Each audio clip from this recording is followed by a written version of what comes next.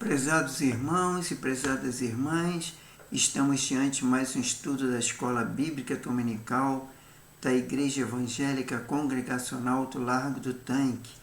E hoje nós vamos estudar a lição 8, no qual o título é O Messias veio para servir. Mas antes de darmos início à nossa revista da Escola Bíblica Dominical, vamos dirigir a Deus em oração pedindo a sua bênção. Senhor Deus e Pai, louvado seja o teu santo poderoso nome, Senhor, porque o Senhor é digno de todo louvor, toda honra, toda glória, toda adoração. E nós queremos te agradecer por mais esse dia, te agradecemos pela tua graça, tua misericórdia, o teu amor, o teu perdão. Te agradecemos que o Senhor tem cuidado de nós, tem nos abençoado. Agora te pedimos perdão pelos nossos pecados, nossas faltas, tudo aquilo que fazemos que não te agrada. E que neste momento nós possamos ter sabedoria, discernimento, compreensão da tua palavra. Que assim possamos ser certificados, que o seu Espírito Santo ajuda-nos, Senhor, neste momento e nos abençoa. É que eu te peço, te agradeço, em nome do Senhor Jesus. Amém. Então vamos dar início à nossa lição de hoje, que como eu já falei, o título é O Messias veio para servir. E tem o texto áureo, o texto base da lição, que é Marcos 10:45. Vamos lá na Bíblia para ver, que está escrito em 10:45.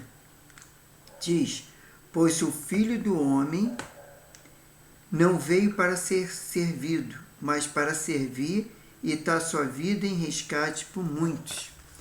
Então é isso, Jesus veio, ele é o Messias, veio para servir e dar sua vida em resgate de muitos.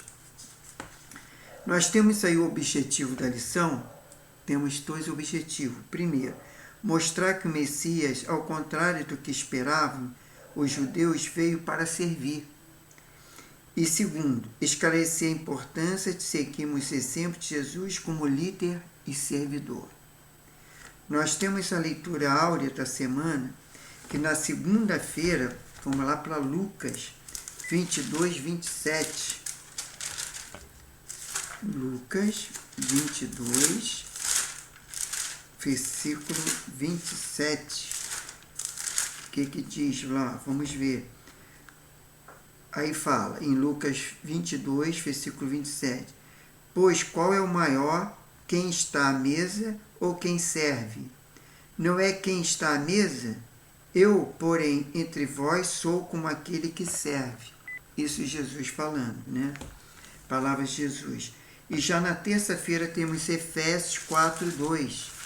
Vamos lá para o livro de Efésios. Efésios 4:2. Logo depois de Gálatas temos o livro de Efésios. Vamos lá, 4:2 diz o seguinte: com toda humildade e mansidão e com longanimidade, suportando uns aos outros em amor. Isso aí é a unidade do corpo de Cristo, no qual Paulo fala à igreja de Éfeso, dizendo sobre a unidade do corpo de Cristo, sobre os membros. Na quarta-feira temos 1 Coríntios 15:28. Então agora vamos lá para 1 Coríntios 15:28. O que diz? Vamos ver o que diz aqui na palavra de Deus. E quanto todas as coisas lhe estiverem sujeitas, então também o mesmo Filho se sujeitará àquele que todas as coisas lhe sujeitou, para que Deus seja tudo em todos. Isso agora vamos na quinta-feira, 2 Coríntios 15:7. 2 Coríntios 15:7. Eu acho que houve um erro aqui na revista, porque 2 Coríntios, ele vai até o capítulo 13. Ele não tem o 15:7. Isso aí eu acho que pode ter sido 2 Coríntios, ou melhor, 1 Coríntios 15:7. Vamos ver o que diz 15:7. Somos considerados como falsa testemunha de Deus, pois testificamos contra Deus que ressuscitou a Cristo, o qual, porém, não ressuscitou se na verdade os mortos não são ressuscitados. Se na verdade os mortos não são ressuscitados. Vamos repetir. Somos considerados como falsa testemunha de Deus, pois testificamos contra Deus que ressuscitou a Cristo, o qual, porém, não ressuscitou. Se na verdade os mortos não ressuscitados. Eu não creio que seja esse 2 Coríntios 5, 1 Coríntios 15, 7, não, mas tudo bem. Vamos lá ver Gálatas 5,13. Vamos lá para Gálatas 5,13. Vamos ver o que diz aqui. Gálatas 5,13. Vós, irmãos, foste chamados à liberdade. Não useis, porém, a liberdade para tal ocasião a carne, mas servis uns aos outros pelo amor. E já no sábado, Isaías 53, 11. Vamos lá para o Novo Testamento. O Velho Testamento, melhor dizendo. Velho Testamento, Isaías 53, 11. Então, vamos lá. Isaías 53, capítulo, versículo 11. O que diz?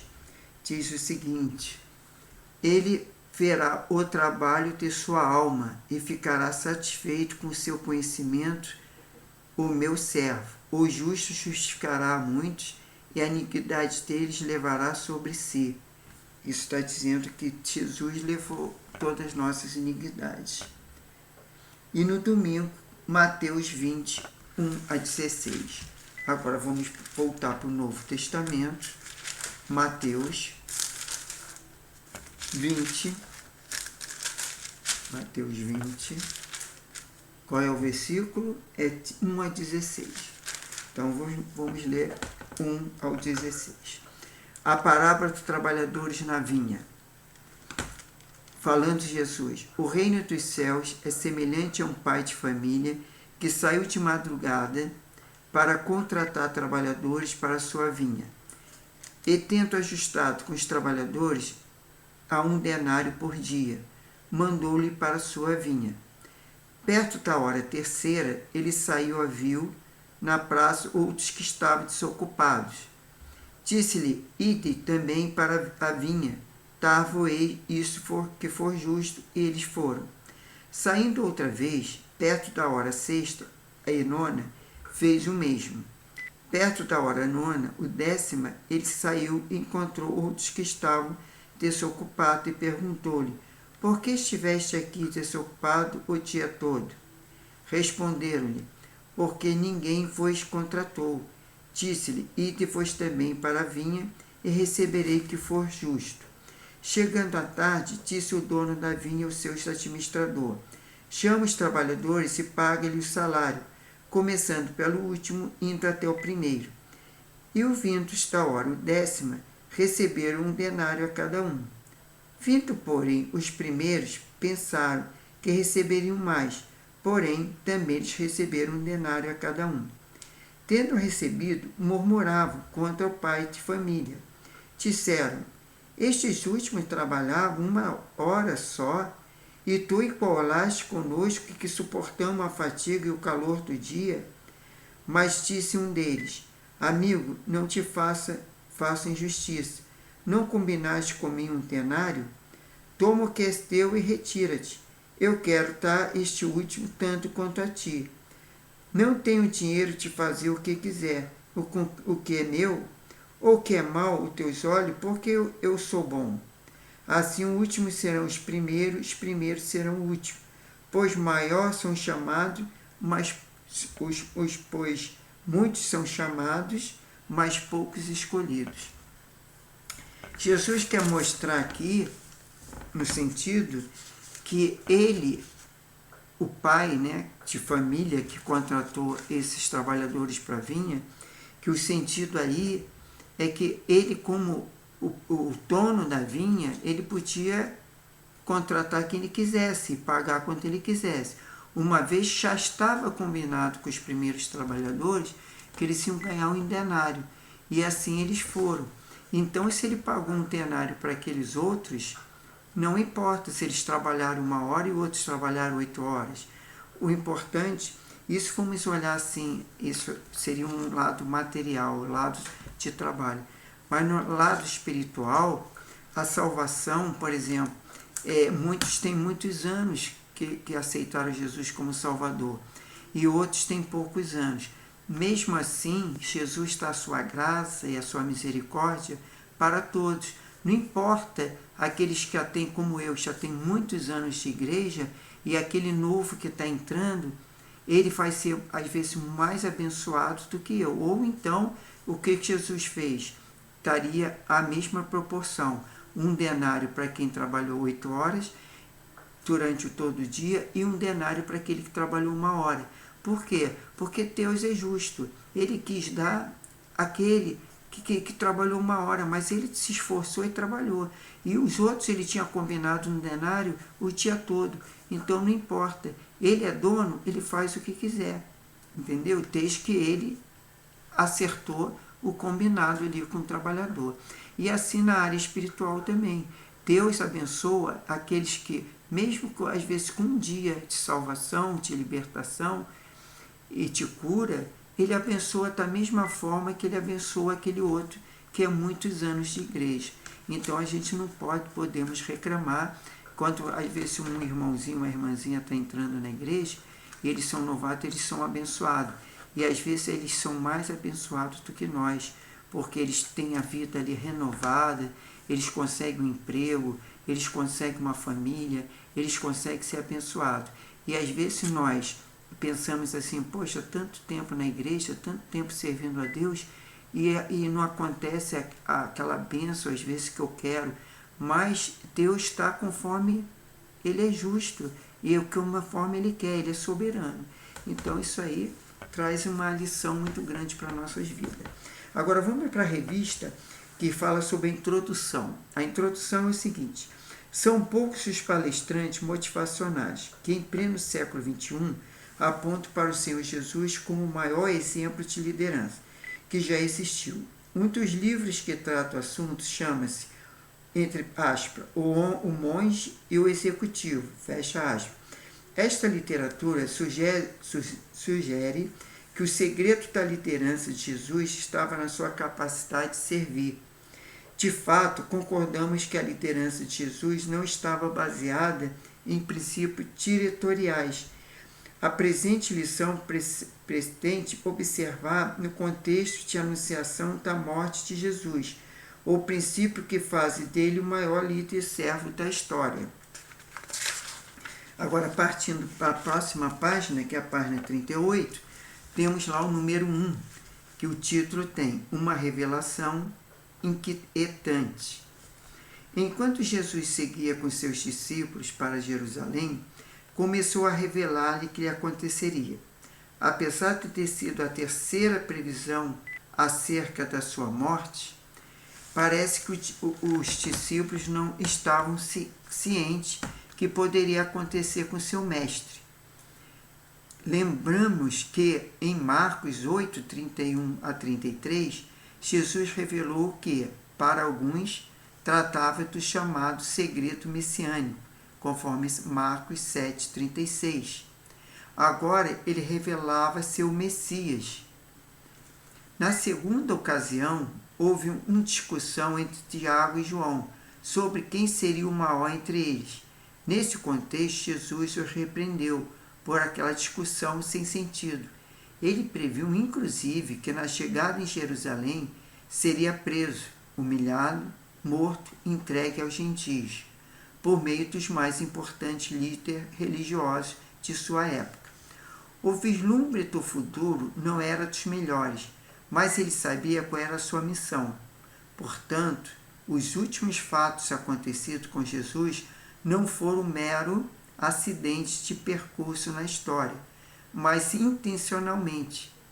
Um exemplo magnífico é a entrega de submissão à vontade do Pai, conforme João 4, versículo 34.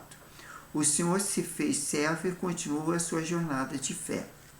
Entretanto, temos que ressaltar que, além de sua morte prevista, Jesus vislumbrava a própria ressurreição, conforme Mateus 12, versículo 38 a 40, e conforme João 2, versículo 18 a 22. Sim, ele sabia que seria o maior teste de sua vida terrena, mas também confiava no poder do Pai, atuando nele por meio do Espírito Santo. Se antes desta revelação já havia certo grau de apreensão entre os dois, imaginemos como estavam eles após as últimas revelações. Talvez um misto de medo e frustração houvesse tomado conta deles naquele momento. Então temos aí na lição que fala assim: os últimos fatos acontecidos com Jesus não foram meros acidentes de percurso na história, mas intencionais, no exemplo magnífico de entrega e submissão à vontade do Pai. Fecha aspas.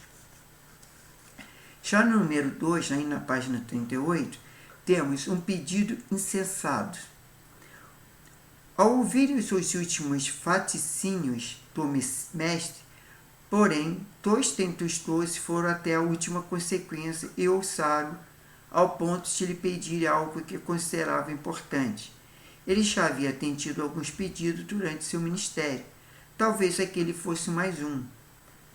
Contudo, Jesus não o atendeu. Um pedido dos discípulos ficou sem a resposta de Jesus. Não, a resposta veio, mas certamente não como os dois esperavam. Os discípulos eram Tiago e João, filho de Zebedeu. O pedido de ambos incluía um lugar especial no reino de Deus, mas especificamente à direita e à esquerda de Jesus. Quantos de nós estamos, inadvertidamente, tentando granjear a melhor posição no reino, esquecendo dos princípios explícitos do Evangelho, conforme Provérbios 16, 18, Lucas 14, versículo 18 a 11, e 1 Pedro 5, versículo 6, e 2 Coríntios 10, versículo 18. Nossas posições não glorificam a Deus.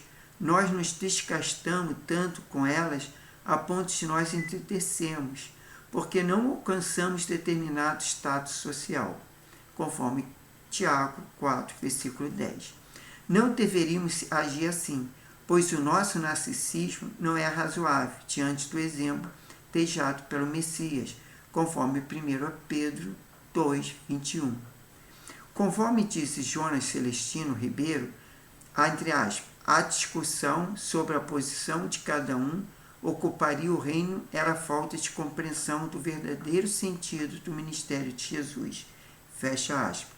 Ou seja, se ainda hoje nós esmerarmos por posições, cargos ou títulos, é sinal que, mesmo após mais de 2000 anos de história, nos quais a mensagem de Jesus tem sido vista e revista, aprendemos pouca coisa com o Mestre. Uma resposta revolucionária está aí no número 3, na página 39. A resposta foi imediata e direta. Eles estavam pedindo algo que Jesus não iria conceder. Quantas vezes oramos e, aparentemente, nossas orações não são respondidas?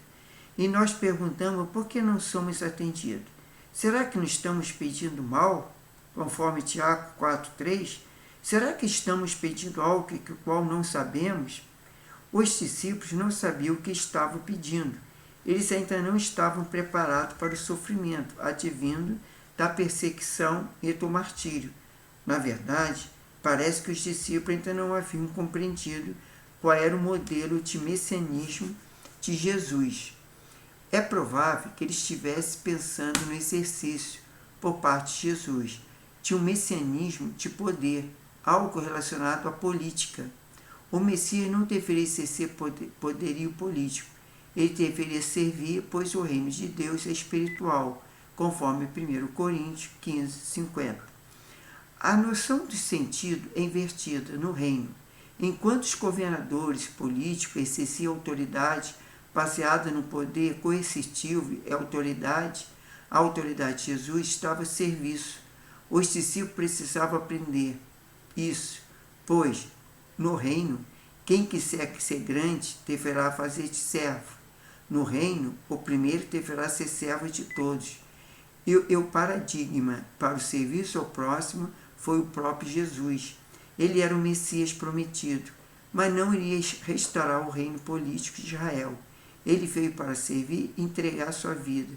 Sua entrega foi um modelo máximo e perfeito de serviço. Aí tem um que fala: se ainda hoje nós esperarmos por posições, cargos ou títulos, é sinal que mesmo após 2000 anos de história, aprendemos pouca coisa com o Mestre. Portanto, se a missão messiânica foi caracterizada pelo serviço aos outros, quanto mais os participantes desse reino. Conforme Ribeiro, entre aspas, ele diz: a verdadeira participação do reino demanda de serviço uns aos outros, fecha aspas. Esta instrução de Jesus certamente encerrou a discussão e deve ser tomada como grande lição para a convivência com o próximo. Quando procuramos servir uns aos outros, não existem discussões ou pedidos inúteis. Quanto a serviço, não há espaço para inspiração sobre o outro. Ninguém deseja ser melhor do que ninguém, apenas mais um servo no reino de Deus, conforme Filipenses 2, versículo 3. Então, muito importante essa lição, mostrando aí que Jesus era um verdadeiro servo, embora ele sendo Deus, mas tomou forma de homem, né? E ele sofreu o que nós sofremos, ele sentiu dor, ele sentiu amargura, tristeza, ele sentiu fome, sede, e ele, mesmo assim, ele foi fiel, ele mostrou que ele era servo, que ele veio para ajudar. Ele até falou sobre a parábola, né, do dono da vinha, que é um exemplo, né, que nós não podemos reclamar, às vezes porque um irmão ou uma irmã está sendo mais abençoado, mas podemos compreender que Jesus é justo, ele é fiel, ele é soberano, e ele faz tudo aquilo que lhe apraz. E nós temos que aceitar tudo, e sabendo que a sua graça é melhor que a vida, né? É ele que nos salva, que nos liberta, que cura.